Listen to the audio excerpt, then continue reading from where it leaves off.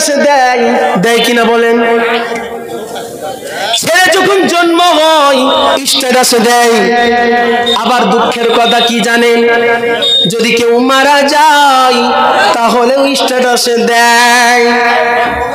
কিছুদিন আগের ঘটনা, আমার একজন ভাইপো অ্যাক্সিডেন্ট হয়ে মরেছিল।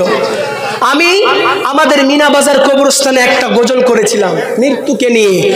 এমন গজল করেছিলাম যে মৃত্যুকে স্মরণ করাবে। সেই ছেলেটা অ্যাক্সিডেন্ট হয়ে মরেছিল, তার ভালো ফটো লাগিয়ে আমি সেই গজলটাকে স্ট্যাটাসে দিলাম। কি যেন যারা স্ট্যাটাস দিচ্ছে গান লাগিয়ে, তারা যেন দেখে, একটু মৌতকে স্মরণ করে। কি বলেন? আজকে তো এরকমই যুগ চলছে। তো আমাকে একজন আমাদের বর্মোত্তরের একজন ভাই, সে উল্টা পাল্টা বলে গালি দিচ্ছে আর বলছে তুমি বুঝা সুঝা মানুষ এরকম করছো কেন?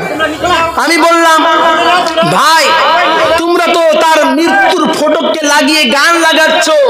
কি গান লাগাচ্ছে জানেন? ইয়াদ আয়েগা ইয়াদ আয়েগা এরকম গান লাগাই। আর আমি কি লাগিয়েছিলাম জানেন?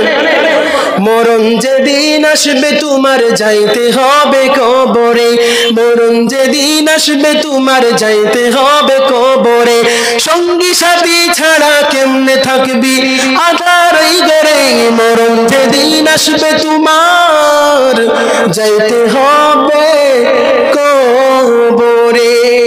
বন্ধুগণ আমার, এই মরণের গজল লাগিয়েছিলাম বাবা, সে আমাকে গালি দিয়েছে, আমি কষ্ট পাইনি, আল্লাহর কাছে সঁপে দিয়েছি। বন্ধুগণ আমার, আজকালের যুবকদের ভাই, যুবক ভাইরা যে জাহিলিয়াতের মধ্যে আছে, তাদের কথা বললে শেষ হবে না।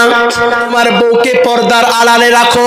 আজকে আমাদের সমাজে তারা বিয়ে করে বউকে স্ট্যাটাসে লাগায়, বউকে দেখায় দেখো আমার বউটা কতই না সুন্দর, আমার বউটা কতই না সুন্দর। কে আবার বলতেছে কমেন্ট করে ভাই তোমার বউটা এমন সুন্দর যে আমার বউটা এরকম সুন্দর না। তাহলে দেখে এটা কি হলো ভাই? জেনা হলো না? চোখের জেনা হলো না? আল্লাহ রাব্বুল আলামিন কালামুল্লাহ শরীফের মধ্যে বললেন ওয়ালা তাকরাবুজ জিনা ইন্নাহু কানা ফাহিশা। ও আমার বান্দারা শোনো, তোমরা জিনার ধারের কাছে যেও না। আজকে আমাদের জিনার পদ্ধতি কারবার খুলে বসে আছি।